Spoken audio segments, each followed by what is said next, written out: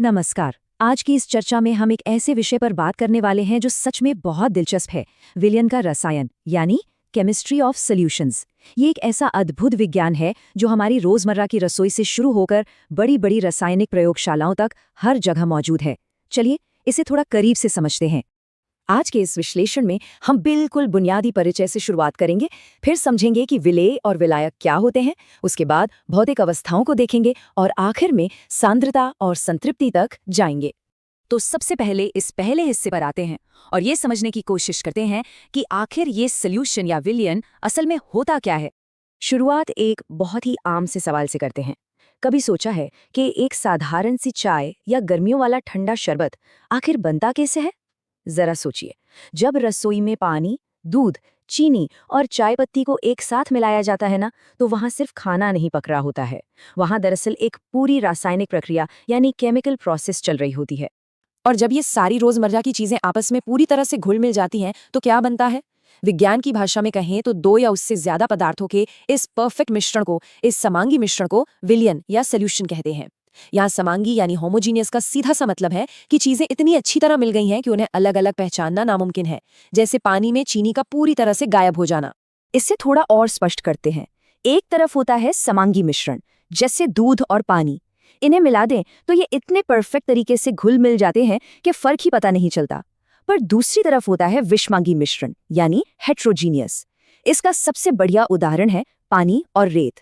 रेत कभी पानी में घुलती ही नहीं है, बहुत जिद्दी होती है और बस बर्तन की तली में जाकर बैठ जाती है। तो यहाँ याद रखने वाली बात बस इतनी है कि सिर्फ और सिर्फ समांगी मिश्रण को ही एक सच्चा विलयन माना जाता है। चलिए अब दूसरे हिस्से की तरफ बढ़ते हैं। किसी भी विलयन या सॉल्यूशन को बनाने के लिए दो सबसे महत्वपूर्ण चीजें चाहिए होती हैं, विलेय और विलायक। इन दोनों का अंतर बहुत ही स्पष्ट है। विलायक यानी सॉल्वेंट वो मेन पावर हाउस है जिसकी मात्रा ज्यादा होती है और जिसमें दूसरी चीजों को अपने अंदर घोल लेने की गजब की ताकत होती है, जैसे कि पानी। वहीं दूसरी तरफ विलेय यानी सॉल्यूट वो पदार्थ है जिसकी मात्रा कम होती है और जो अपना अस्तित्व विलायक में पूरी तरह से मिटा देता है, जैसे कि चीनी। विलायक ही पूरे सॉल्यूशन का बेस होता है। अब रसायन विज्ञान की दुनिया में ना आगे की पढ़ाई को थोड़ा आसान बनाने के लिए कुछ प्रतीकों का इस्तेमाल होता है। आमतौर पर जब हम आणविक द्रव्यमान या वजन की बात करते हैं तो ए का इस्तेमाल विलायक यानी सॉल्वेंट के लिए होता है और बी का इस्तेमाल विलेय यानी सॉल्यूट के लिए किया जाता है। ये बस एक छोटी सी पर बहुत काम की बुनियादी जानकारी है। अब आते हैं तीसरे हिस्से पर, जहां हम सॉल्यूशंस को उनकी भौतिक अवस्थाओं के हिसाब से बांटेंगे। और सच बताऊं तो ये हिस्सा काफी हैरान करने वाला है, क्योंकि सॉल्यूशन सिर्फ लिक्विड फॉर्म में नहीं होते। अक्सर लोगों को लगता है कि सॉल्यूशन का मतलब ही है कोई तरल या लिक्विड चीज, पर ऐसा नहीं है। एक सॉल्यूशन आखिर में गैस बनेगा, लिक्विड बनेगा या सॉलिड, ये पूरी तरह से इस बात पर निर्भर करता है कि उसके मेन घटक यानी विलायक की भौतिक अवस्था क्या है। विलायक जिस रूप में होगा, पूरा का पूरा सॉल्यूशन वैसा ही बन जाएगा। अब जरा इस टेबल को देखिए, बड़ी कमाल की चीजें हैं इसमें। जब एक गैस वाले विलायक में ठोस विलेय मिलता है तो धुआं बनता है। जी हाँ, बिल्कुल सही सुना। धुआं दरअसल हवा में घुले हुए ठोस कणों का एक सॉल्यूशन है। ऐसे ही जब ठोस को ठोस में मिलाते हैं तो मिश्र धातुएं यानी अलॉयज बनती हैं। मतलब सॉल्यूशंस तो हमारे चारों तरफ हर रूप में मौजूद हैं।